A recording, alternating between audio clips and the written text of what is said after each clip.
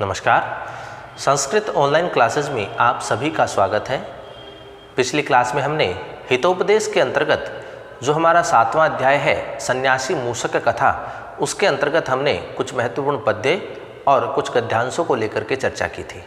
आज हम उसी क्रम को आगे बढ़ाते हुए आगे के जो हमारे कुछ पद्य हैं, जो गद्यांश हैं, उनको लेकर के हम चर्चा करेंगे। तो आइए शुरू करते हैं। हमारा अगला पद्य है वरम मौनम कार्यम न च वचन मुक्तम यद नृतम वरम कलिव्यम पुंसा न च परकलत्रा अभिगमनम वरम प्राण त्यागो न च पिशुन वाक्येषु अभिरुचि वरम भिक्षाशित्वम न च परधना आस्वादन सुखम। अब यहाँ कवि के द्वारा कहा गया है कि मौनम कार्यम वरम, कि मौन रहना श्रेष्ठ होता है। न च यत अनृतम वचन मुक्तम, लेकिन झूठे वचन जो होते हैं, मिथ्या वचन जो होते हैं, उन्हें कहना उचित नहीं होता है। कि मौन रहना श्रेष्ठ होता है लेकिन झूठे वचनों का प्रयोग करना श्रेष्ठ नहीं होता। पुंसाम कलिव्यम वरम, मनुष्य का कलिव्यम अर्थात नपुंसक होना श्रेष्ठ है। पर कलत्राभिगमनम न च न, लेकिन पर स्त्री के साथ अभिगमन करना अर्थात संभोग करना उचित नहीं होता है। यहाँ कवि के द्वारा कहा गया है कि मौन रहना श्रेष्ठ होता है लेकिन झूठे वचनों का प्रयोग करना श्रेष्ठ नहीं होता। मनुष्य का नपुंसक होना श्रेष्ठ होता है लेकिन पर स्त्री के साथ अभिगमन करना अर्थात संभोग करना श्रेष्ठ नहीं होता। प्राण त्याग है वरम, प्राणों का परित्याग करना श्रेष्ठ होता है। परंतु पिशुन वाक्येषु अभिरुचि च न, लेकिन जो दुष्ट व्यक्ति होते हैं, दुर्जन व्यक्ति होते हैं, उनकी बातों में रुचि रखना श्रेष्ठ नहीं होता है। भिक्षासित्वम त्वम वरम, भिक्षासित्वम वरम अर्थात भिक्षा मांग करके जीविकोपार्जन करना श्रेष्ठ होता है। भिक्षा मांग करके अपना जीवन यापन करना श्रेष्ठ होता है। परंतु परधना आस्वादन सुखम च न, लेकिन दूसरों के धन के आस्वादन से सुख को प्राप्त करना श्रेष्ठ नहीं होता है। तो कवि के द्वारा कहा गया है कि समाज में, संसार में मौन रहना श्रेष्ठ होता है, लेकिन जो मिथ्या वचन होते हैं, झूठे वचन होते हैं, उनका प्रयोग नहीं करना चाहिए, वह श्रेष्ठ नहीं होता। कवि ने कहा है कि मनुष्य का नपुंसक होना श्रेष्ठ होता है लेकिन पराय स्त्री के साथ संभोग करना, उसके साथ अभिगमन करना श्रेष्ठ नहीं होता है। मृत्यु का अर्थात प्राणों का परित्याग करना श्रेष्ठ होता है, लेकिन जो दुर्जन व्यक्ति होते हैं उनकी बातों में रुचि रखना उचित नहीं होता है। भिक्षासित्वम वरम अर्थात भिक्षा मांग करके जीवन यापन करना श्रेष्ठ होता है, लेकिन दूसरों के धन का आस्वादन करके सुख का अनुभव करना श्रेष्ठ नहीं होता है। तो इसी का वर्णन इस पद्य में कवि के द्वारा किया गया है। अगला पद्य देखिए। वरम शून्याशाला न च खलु वरो दुष्ट वृषभो वरम वेश्यापत्नी न पुनरअवनीता कुलवधुः वरम वासोरण्ये न पुनरअविवेका अधिपपुरे वरम प्राण त्यागो न पुनर्धमाना उपगम है। अब यहाँ कवि के द्वारा कहा गया है, तो पहले वाला जो पद्य था उसी का विस्तृत रूप आगे करके कहा गया है कि शून्याशाला वरम, कि जो गौशाला होती है वह शून्य अर्थात सूनी गौशाला जो है वह श्रेष्ठ होती है। दुष्ट वृषभ है च खलु न वरम, लेकिन दुष्ट बैल का होना उसमें श्रेष्ठ नहीं होता है। सूनी गौशाला होना श्रेष्ठ है लेकिन उसमें दुष्ट वृषभ अर्थात बैल का होना श्रेष्ठ नहीं होता। वेश्यापत्नी वरम, वेश्यापत्नी का होना श्रेष्ठ है। पुनः अविनीता कुलवधू न, लेकिन क्रूर कुलवधू का होना श्रेष्ठ नहीं होता। अरण्यम वासः वरम, वन में निवास करना श्रेष्ठ होता है, लेकिन अविवेकाधिपपुरे न, लेकिन जो अविवेकी राजा होता है उसके शासन में रहना, उसके राज्य में रहना श्रेष्ठ नहीं होता। प्राण त्यागः वरम, प्राणों का परित्याग करना श्रेष्ठ है, लेकिन पुनः अधमानाम उपगमन, लेकिन जो नीच व्यक्ति होते हैं उनकी संगति को रखना श्रेष्ठ नहीं होता। तो यहाँ कवि के द्वारा कहा गया है कि सूनी गौशाला का होना श्रेष्ठ है, लेकिन उसमें दुष्ट वृषभ बैल का होना श्रेष्ठ नहीं होता है। वेश्या पत्नी का होना श्रेष्ठ है, लेकिन क्रूर कुलवधू का होना श्रेष्ठ नहीं होता। वन में निवास करना श्रेष्ठ होता है, लेकिन अविवेकी राजा के राज्य में निवास करना श्रेष्ठ नहीं होता। प्राणों का परित्याग करना श्रेष्ठ होता है, लेकिन नीच व्यक्तियों की संगति में रहना श्रेष्ठ नहीं होता है। तो इसी का वर्णन इस पद्य में कवि के द्वारा किया गया है। अगला पद्य देखिए। सेवेव मानमखिलम ज्योत्स्नेव तमो जरेव लावण्यम हरिहर कथेव दुरितम गुण शतम अपैर्थिता हरति। अब यहाँ कवि के द्वारा बताया गया है कि सेवा अखिलम मानम इव की सेवा करने से व्यक्ति का संपूर्ण मान जो होता है वह नष्ट हो जाता है। सेवा अखिलम मानव इव, सेवा करने से व्यक्ति का मान सम्मान जो होता है वह नष्ट हो जाता है। ज्योत्स्नातम इव, जिस प्रकार से चांदनी से अंधकार दूर हो जाता है। जरा लावण्यम इव, जिस प्रकार से वृद्धावस्था से सौंदर्यता का विनाश हो जाता है। हरिहर कथा दुरितम इव, और जिस प्रकार से भगवान शंकर और भगवान विष्णु की कथाओं से संपूर्ण पाप नष्ट हो जाते हैं। अर्थिता गुण शतम अपि हरति, तो याचना करने पर, प्रार्थना करने पर, मांगने पर व्यक्ति के सैकड़ों गुणों का नाश हो जाता है। तो कवि ने कहा है कि जिस प्रकार से सेवा करने से व्यक्ति का मान नष्ट हो जाता है, चांदनी से जिस प्रकार अंधकार दूर हो जाता है, और वृद्धावस्था से सौंदर्यता जिस प्रकार से नष्ट हो जाती है, और भगवान शिव की और भगवान विष्णु की कथाओं से जिस प्रकार से पाप नष्ट हो जाते हैं, उसी प्रकार से याचना करने पर, प्रार्थना करने पर या मांगने पर व्यक्ति के सैकड़ों वो जो गुण होते हैं वो समाप्त हो जाते हैं, नष्ट हो जाते हैं। तो इसी का वर्णन इस पद्य में कवि के द्वारा किया गया है। अगला पद्य देखिए। रोगी चिर प्रवासी परान्न भोजी परावस्थशायी यज्जीवती तन्मरणम यन्मरणम सोअस्य विश्रामः। अब यहाँ कवि ने कहा है रोगी अर्थात जो रोग से पीड़ित रहता है वह रोगी, चिर प्रवासी और बहुत अधिक समय से विदेश में रहना, प्रवास में रहना, परान्न भोजी और दूसरों के अन्न के द्वारा जीवन यापन करना, और प्रावस्थशायी और दूसरों के घर में शयन करना, सोना। यत जीवती, तो वह जीवित रहता है, तत मरणम, तो वह उसकी मृत्यु है, और यत मरणम, और जो उसकी मृत्यु है, से अस्य विश्राम है, वह उसका विश्राम होता है। तो यहाँ कवि के द्वारा कहा गया है कि रोगी बहुत अधिक समय से प्रदेश में रहना, दूसरों के भोजन पर जीवन यापन करना और दूसरों के घर में सोना, अगर ऐसा करते हुए व्यक्ति जीवित रहता है तो उसका जीवन जो है वो मृत्यु है, और उसकी जो मृत्यु होती है वह उसका विश्राम होता है। तो इसी का वर्णन इस पद्य में कवि के द्वारा किया गया है। अगला पद्य देखिए। लोभेन बुद्धिश्चलति लोभो जनयते त्रिषाम त्रिशारतो दुखम आपनोति परत्रेह च मानवः। अब यहाँ कवि ने कहा है कि लोभेन बुद्धि चलती, कि लोभ से बुद्धि जो होती है वो चंचलता को प्राप्त होती है, चंचल हो जाती है। लोभ से बुद्धि चंचल होती है। लोभ है त्रिषाम जनयते, लोभ से इच्छा उत्पन्न होती है।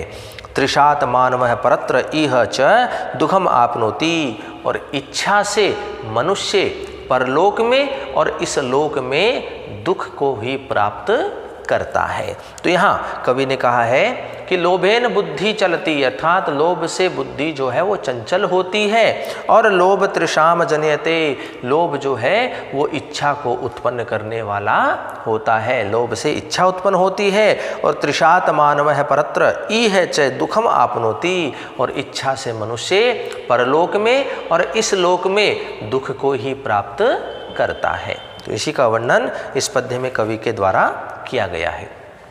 अगला पद्य देखिए। धन लुब्धो है संतुष्टो ए नियतात्मा ए जितेन्द्रियः सर्वा एवापदस्तस्य यस्य तुष्टम न मानसम। अब यहाँ कवि के द्वारा बताया गया है ही अर्थात सचमुच में, यह अर्थात जो सचमुच में धन लुब्ध अर्थात धन का लोभी होता है, जो वास्तव में धन का लोभी होता है। असंतुष्ट है जो असंतुष्ट होता है। अनियतात्मा और जिसका जो संयम होता है वह शून्य होता है, संयम से रहित होना। अजितेंद्रिय है और जितेंद्रिय का न होना, अर्थात अपनी इंद्रियों पर नियंत्रण का न होना। यस्य मानसम न तुष्ट है और जिसका मन जो होता है वह संतुष्ट नहीं होता है, तस्य सर्वा एव आपदय संति, तो उस पर तो सभी प्रकार की आपत्तियां आती हैं या होती हैं। तो जो व्यक्ति है वह यदि धन का लोभी है, जो संतुष्ट नहीं है और जो संयम से रहित है और जिसने अपनी इंद्रियों पर नियंत्रण नहीं रखा है और जिसका जो हृदय है, मन जो है वह संतुष्ट नहीं होता है, तो ऐसे व्यक्ति के लिए तो चारों तरफ से, हर तरफ से और सदैव ही आपत्तियां आती हैं। तो इसी का वर्णन इस पद्य में कवि के द्वारा किया गया है। अगला पद्य देखिए। सर्वः संपत्त्यस्तस्य संतुष्ट यस्य मानसम उपानद गूढ़ पादस्य ननो चर्मावृतेव भूः। यहाँ इस पद्य में कवि ने कहा है कि यस्य मानसम संतुष्ट है, जिसका मन संतुष्ट होता है, जिसका हृदय जो है वो संतोषी होता है, संतुष्ट होता है, तस्य सर्वा संपत्तिः, तो उसके लिए सारी संपत्तियाँ होती हैं। ननु निश्चित रूप से ही उपानद गूढ़ पादस्य भूचर्मावता इव भवति, जूते पहनने वाले के लिए तो सारी पृथ्वी ही चमड़े से ढकी हुई के समान होती है। जिसने जूते को धारण कर रखा है उसे ऐसा लगता है कि सारी पृथ्वी ही क्या है, चमड़े से ढकी हुई है, चमड़े से आच्छादित है। तो यहाँ कवि ने कहा है कि जिसका मन संतुष्ट होता है उसे सारी संपत्तियां प्राप्त होती हैं। सचमुच में ही जूते पहनने वाले व्यक्ति के लिए सारी पृथ्वी ही चमड़े से ही क्या है, ढकी हुई है, ऐसा प्रतीत होता है। तो इसी का वर्णन इस पद्य में कवि के द्वारा किया गया है। अगला पद्य देखिए। संतोषामृत तृप्तानाम यत सुखम शांत चेतसाम कुतस्तद्धन लुब्धानामितश्चेतश्च धावताम। अब यहाँ इस पद्य में कवि ने कहा है कि संतोषामृत तृप्तानाम, कि संतोषम अमृत तृप्तानाम, संतोष रूपी अमृत से तृप्त रहने वाले, शांत चेतसाम, और जिसका मन जो होता है, चित्त जो होता है वह शांत होता है, ऐसे व्यक्ति के लिए यद सुखम, अर्थात जो सुख होता है, जिनका मन शांत होता है और जिनका मन संतुष्ट होता है, संतोष रूपी अमृत से तृप्त वाले और शांत मन वालों को यत सुखम, जो सुख प्राप्त होता है, जो सुख होता है, तत् धन लुब्धानाम, तो वह जो सुख होता है वह धन का लोभ करने वाले, और इतः च धावताम, और इधर उधर दौड़ने वाले के लिए कुतः है, अर्थात कहाँ होता है, अर्थात उन्हें वैसा सुख प्राप्त नहीं होता है। तो संतोष रूपी अमृत से तृप्त बने हुए और शांत चित्त वालों के लिए जो सुख होता है वह धन के लोभ के कारण और इधर उधर दौड़ने वाले को वह सुख प्राप्त नहीं होता है। तो इसी का वर्णन इस पद्य में कवि के द्वारा किया गया है। अगला पद्य देखिए। तेनाधीतम श्रुतम तेन सर्वम अनुतिष्ठम येना आशा पृष्ठतः कृत्वा निराश्य अवलंबितम। अब यहाँ कवि के द्वारा कहा गया है कि येन आशा पृष्ठतः कृत्वा, कि जिसके द्वारा आशा का परित्याग करके या आशा का त्याग करके जिसने निराशम अवलंबितम, निराशा का अवलंबन कर लिया गया है, धारण कर लिया गया है, तेन सर्वम अधीतम, उसी के द्वारा सब कुछ पढ़ा गया है, तेन सर्वम श्रुतम, उसी के द्वारा सब कुछ सुना गया है, तेन सर्वम अनुतिष्ठितम, और उसी के द्वारा सब कुछ कार्य किया गया है। तो यहाँ कवि ने कहा है कि जिसके द्वारा आशा का परित्याग करके निराशा को धारण किया गया है, उसका अवलंबन किया गया है, तो ऐसे उस व्यक्ति के द्वारा ही सब कुछ पढ़ा गया है, सब कुछ सुना गया है और सब कुछ कार्य किया गया है। तो इसी का वर्णन इस पद्य में कवि के द्वारा किया गया है। अगला पद्य देखिए। ऐसेवितेश्वर द्वारम दृष्ट विरह व्यथम अनुक्त कलिब वचनम धन्यम कश्यापि जीवनम। अब यहाँ कवि ने कहा है असेवितेश्वर द्वारम, अर्थात जिसने धनाढ्य व्यक्ति की सेवा नहीं की, जो धनवान व्यक्ति है उस व्यक्ति की सेवा नहीं की। अदृष्ट विरह व्यथम, और जिसने विरह अर्थात वियोग के दुख को नहीं सहा है। अनुक्त क्लिब वचनम, और जिसने दीनता भरे वचनों का प्रयोग नहीं किया है। कश्यापि जीवनम धनम, तो ऐसे उस व्यक्ति का ही जीवन क्या है, वो धन्य होता है। तो यहाँ कवि ने कहा है कि जिसने धनवान व्यक्ति की सेवा नहीं की, जिसने विरह अर्थात वियोग के दुख को नहीं सहा है, और जिसने दीनता भरे वचनों का प्रयोग नहीं किया है, ऐसे उस व्यक्ति का जीवन ही धन्य है। तो यहाँ इसी का वर्णन इस पद्य में कवि के द्वारा किया गया है। अगला पद्य देखिए। न योजन शतम दूरम बाह्य मानस्य तृष्णया संतुष्टस्य कर प्राप्ते अप्यर्थे भवति नादरः। अब यहाँ कवि के द्वारा इस पद्य में बताया गया है कि तृष्णया बाह्य मानस्य, अर्थात तृष्णा के द्वारा, लोभ के द्वारा, लालच के द्वारा खींचे हुए मनुष्य के लिए योजन शतम दूरम न, 100 योजन भी बहुत अधिक दूर नहीं होता है। लोभ के द्वारा खींचे हुए मनुष्य के द्वारा 100 योजन की दूरी भी अधिक दूर नहीं होती है। संतुष्टस्य कर प्राप्ते अपि अर्थे आदरम न भवति, संतोषी व्यक्ति के हाथ में आने पर भी वस्तु या जो धन होता है उसके प्रति आदर नहीं होता, अर्थात उसकी वह परवाह नहीं करता है। जो संतोषी होता है उसके हाथ में चाहे कितना भी धन या कोई अन्य वस्तु आ जाए, उसकी वह परवाह नहीं करता है। तो यहाँ कवि ने कहा है कि जो लोभ से खींचे हुए व्यक्ति होते हैं उनके लिए 100 योजन भी कोई दूर नहीं होता है, क्योंकि बताया गया है कि जो संतोषी व्यक्ति होते हैं उनके हाथ में आने वाले धन की या वस्तु की वो परवाह नहीं करते हैं। तो इसी का वर्णन इस पद्य में कवि के द्वारा किया गया है। आगे देखिए। को धर्मो भूतदयः किम सौख्यम नित्यमरोगिता जगति, कै स्नेह सद्भाव किम पांडित्यम परिच्छेद है। अब यहाँ कवि के द्वारा बताया गया है, क्वेश्चन किए गए हैं और साथ साथ में उसके आंसर भी बताए गए हैं। प्रश्न और उत्तर की स्थिति यहाँ पर दिखाई देती है कि जगति अर्थात इस संसार में कह धर्म, धर्म क्या है। तो यहाँ बताया गया है भूत दया, अर्थात अन्य जो प्राणी होते हैं उन पर दया भाव रखना ही क्या होता है, धर्म होता है। किम सौख्यम, और सुख क्या है, तो उसके लिए कहा है कि नित्यम अरोगिता, कि सदैव ही निरोगी रहना ही क्या है, सबसे बड़ा सुख होता है। कै स्नेह, स्नेह क्या होता है, प्रेम क्या होता है, तो सद्भाव है, सद्भावना रखना ही स्नेह होता है, प्रेम होता है। किम पांडित्यम, और पांडित्य अर्थात विद्वता क्या होती है, तो कहते हैं परिच्छेद, अर्थात समयानुकूल कार्य को करना ही बुद्धिमता होती है या विद्वता होती है। तो यहाँ कवि के द्वारा कहा गया है कि इस संसार में धर्म क्या है, तो कहते हैं कि भूत दया, अर्थात जो अन्य प्राणी होते हैं उन पर दया करना।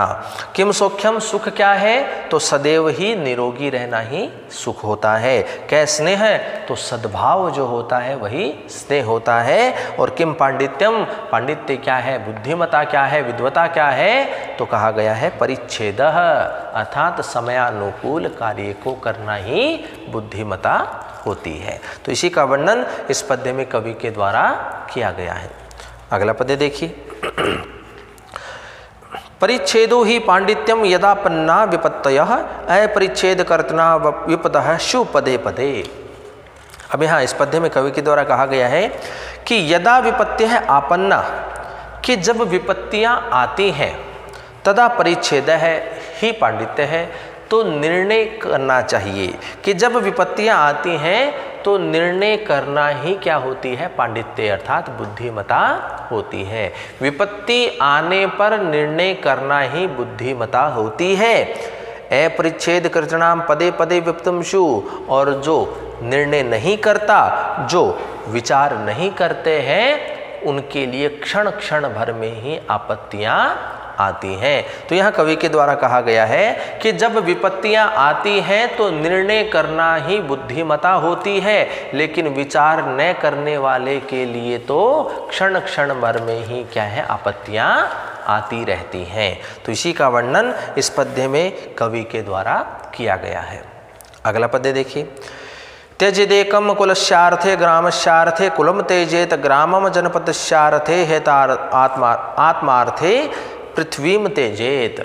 अब यहाँ कवि के द्वारा बताया गया है कि कुलस्य अर्थे एकम त्यजेत, कि कुल की रक्षा के लिए एक व्यक्ति का परित्याग कर देना चाहिए। यदि एक व्यक्ति से पूरे कुल का नाश हो रहा है या बदनामी हो रही है तो उस एक व्यक्ति का परित्याग कर देना चाहिए। तो कवि के द्वारा कहा गया है कुलस्य अर्थे एकम त्यजेत, कुल की रक्षा के लिए एक व्यक्ति का परित्याग कर देना चाहिए। ग्रामस्य अर्थे कुलम त्यजेत, और ग्राम की रक्षा के लिए एक कुल का परित्याग कर देना चाहिए। जनपदस्य अर्थे ग्रामम, जनपद की रक्षा के लिए अर्थात देश की रक्षा के लिए एक गांव का परित्याग कर देना चाहिए।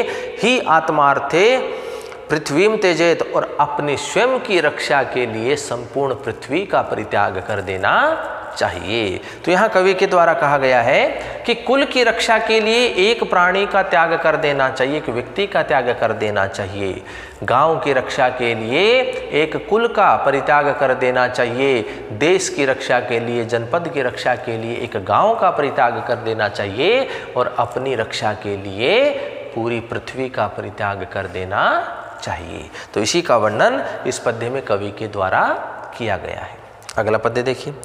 पानीयम वा निरायासम स्वादवन्नम वा भयोतरम विचार्य खलु पश्यामि तत्सुखम यत्र निवृत्ति।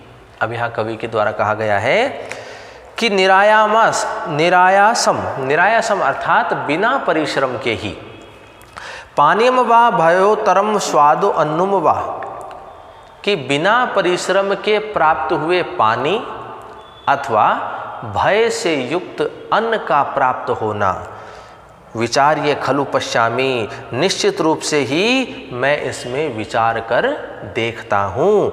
यत्र निवृत्ति, जहाँ पर शांति होगी ततः सुखम, वही सुख होता है।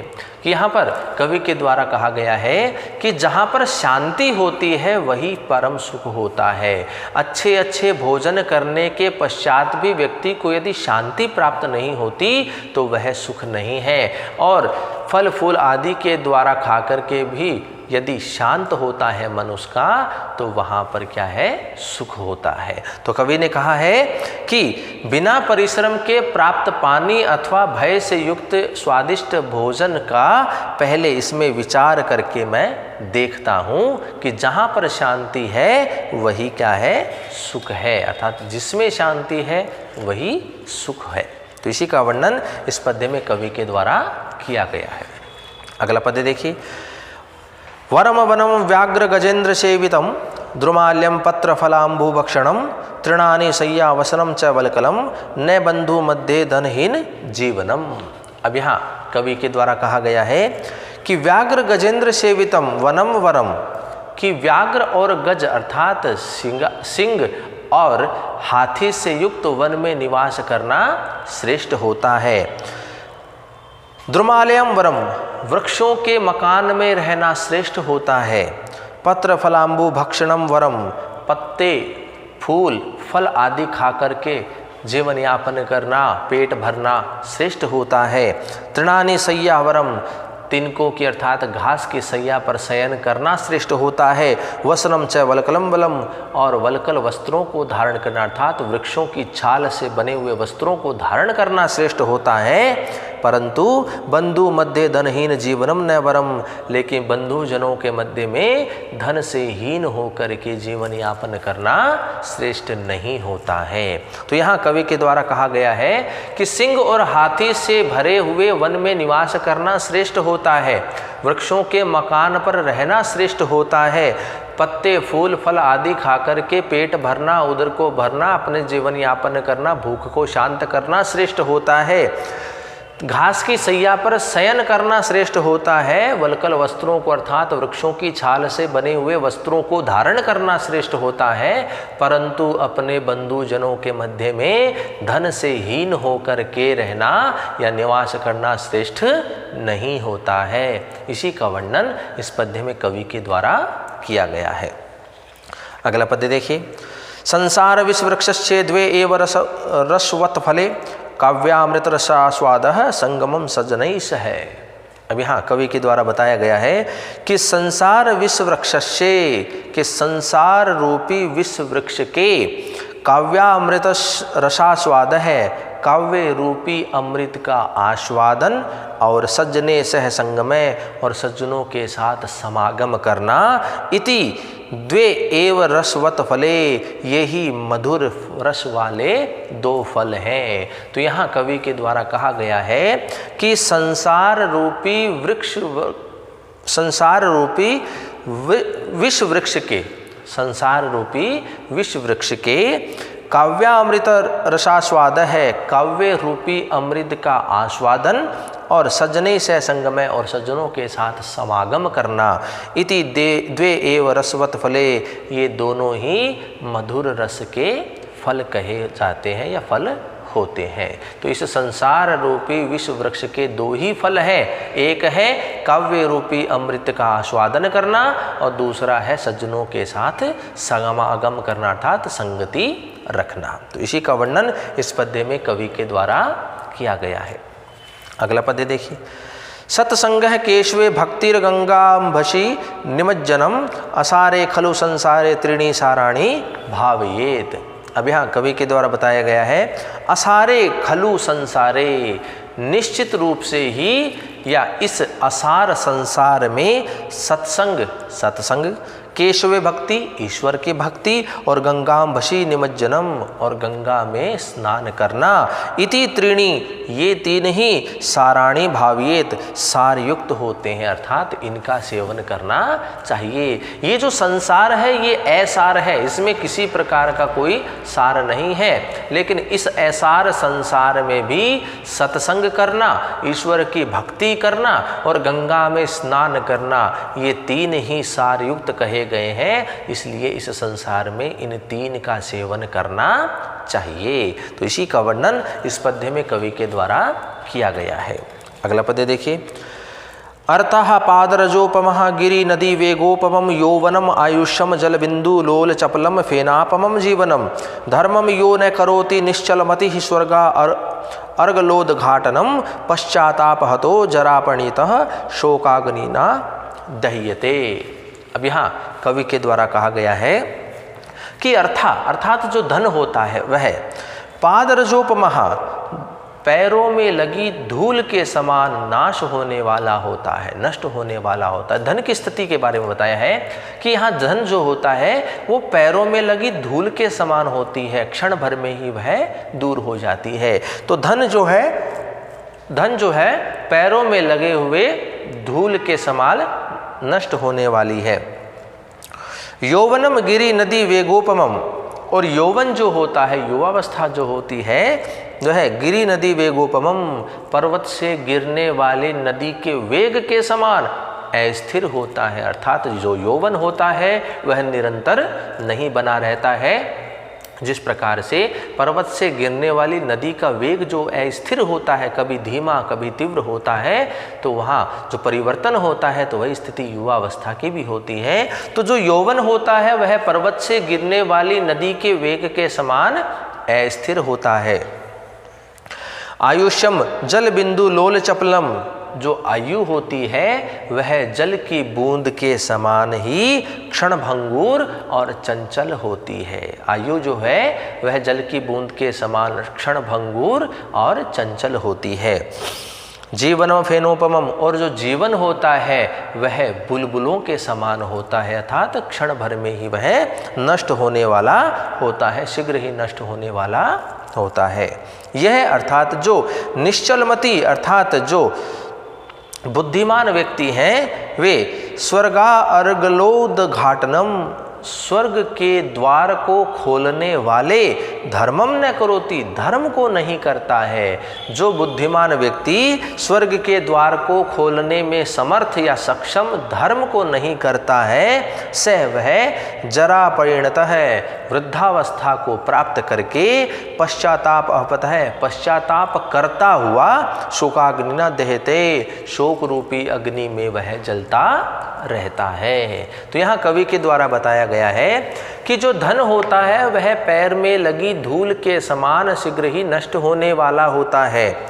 यौवन जो होता है वह पर्वत से गिरने वाली नदी के वेग के समान अस्थिर होता है।